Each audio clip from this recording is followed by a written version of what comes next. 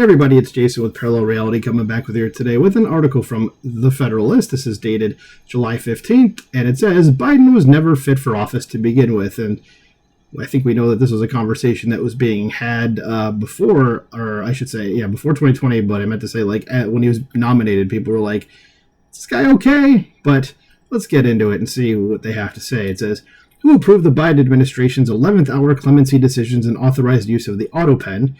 Because it certainly wasn't Biden. So it says, at this point, you would be hard-pressed to find any reasonably informed American who honestly thinks President Joe Biden wasn't in a state of serious cognitive decline at the end of his term in office. Yet the New York Times has at least two reporters who were willing to pretend they believe this. It says, on Sunday, the Times ran a piece by notorious Russia collusion hoaxer Charlie Savage and Tyler Pager about the thousands of clemency decisions recorded with AutoPen in the final days of the Biden administration. The piece is meant, on the surface, to be a defense of Biden and his administration's use of the auto pen. And a couple days ago, I had a video that I did on something similar to that. I recognize these two names as I'm recording this video, but this is probably, let me just check here. That's actually probably a link to the New York Times article, but still similar, but a little bit different. I think this one's about the Biden mental health problems, as we will say, and the other one's more about the more auto pen type stuff. But anyway, let's get into it. It says, but anyone who reads the entire article carefully will immediately see that its real purpose is damage control. The Trump White House, Justice Department, and Congress are all investigating the high-profile clemency decisions that came down in the final days of the Biden presidency, and it sure looks like Biden's top aides were making decisions on their own without the president's knowledge. It says, despite the article's framing, Biden says he made the clemency decisions that were recorded with AutoPen. There's no evidence presented in the piece that Biden personally authorized any of the last-minute pardons. Indeed, the article states that Biden did not individually approve each name for the categorical pardons.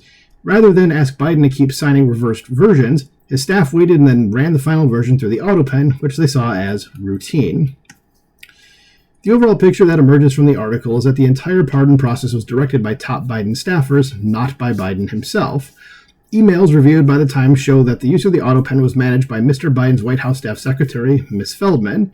She wanted to receive written accounts confirming Mr. Biden's oral instructions in the meetings before using it to produce the warrants recording the clemency actions, the emails show. Those written accounts were drafted by aides who themselves were not in the room when Biden supposedly gave verbal authorization for the pardons, and instead came entirely from Biden's chief of staff, Jeffrey D. Zients, and Biden's White House counsel. I was about to say Gene Siskel, but it's Ed Siskel. Yeah, it's a movie critic. That was, what is that? Biden's White House counsel. Sure. It says, in other words, Zients and Siskel were running the show, and the only evidence we have that Biden was actually authorizing these pardons is that Zients and Siskel insist that he was, verbally, in late-night closed-door meetings. You know, when everybody said that he's vibrant behind closed doors, and he's doing cartwheels and backflips. Just you never see that in person. And so all this is happening at the same time. And the account of these meetings strains credulity.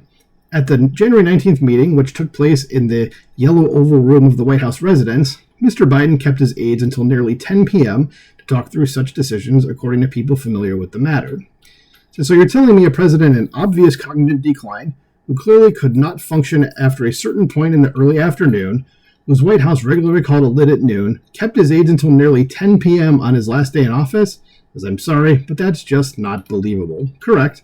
But they expect you to believe it because the Democrats think you're dumb. It says, what is believable is that Biden's presidency was run by a faceless syndicate of aides, lawyers, and senior White House staff, the deep state in other words, and not just in the final days regarding clemency decisions.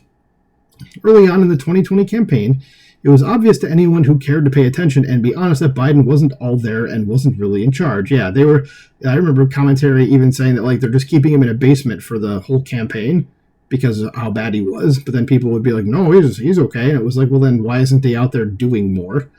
They hid him away, and we're like, we'll see if that works. And it did, supposedly. We'll see where, we'll see what people have to say about that. But there's still questions about that election.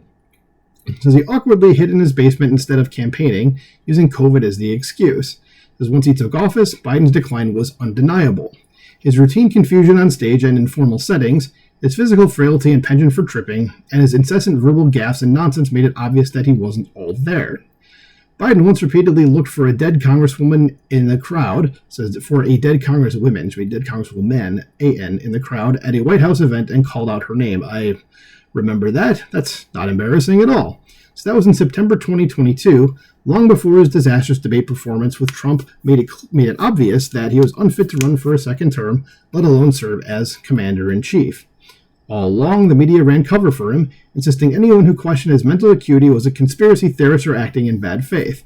And those conspiracy theorists turned out to be right time after time after time. So I think it's probably time to stop calling them conspiracy theorists. The real conspiracy theorists are the people calling them conspiracy theorists. As some, like CNN's Jake Tapper and Axios' Alex Thompson, have tried to retcon all of this, writing an entire book about how the Biden White House hid the president's mental decline and deceived the press. Well, you guys are part of the problem, too. So for Tapper to co-author such a book is almost pathologically shameless, since he was one of the major media figures who ran interference for Biden by attacking anyone who noticed the president's decline. Yeah, there's an interview that he did, Jake Tapper, with Lara Trump, where she mentioned that Joe Biden was in bad condition, and Jake Tapper was just basically did a how dare you say that sort of thing, and oh look, Lara Trump was right. So just letting you know that it's out there that Jake Tapper absolutely ran cover for Biden, and now he's like, oh no, see, they were lying to us. No, dude, you just put your head in the sand and thought that would be okay. So it's like nearly everything else about the Biden presidency, the AutoPen scandal reveals just how far the deep state was willing to go to keep a mentally compromised figurehead in office. They ran a coup against Biden last summer after the debate with Trump, only once it became obvious and undeniable that Biden wasn't all there. As the New York Times can cite anonymous sources all it wants to try to contextualize the use of the AutoPen at the 11th hour of Biden's term, but like Biden's obvious unfitness for office throughout his presidency, the truth is right in front of us, plain for all to see. His presidency stands as one of the greatest political scandals perpetrated against the American people in a generation, and eventually someone needs to answer for that, and hopefully soon, because, yeah, this was awful.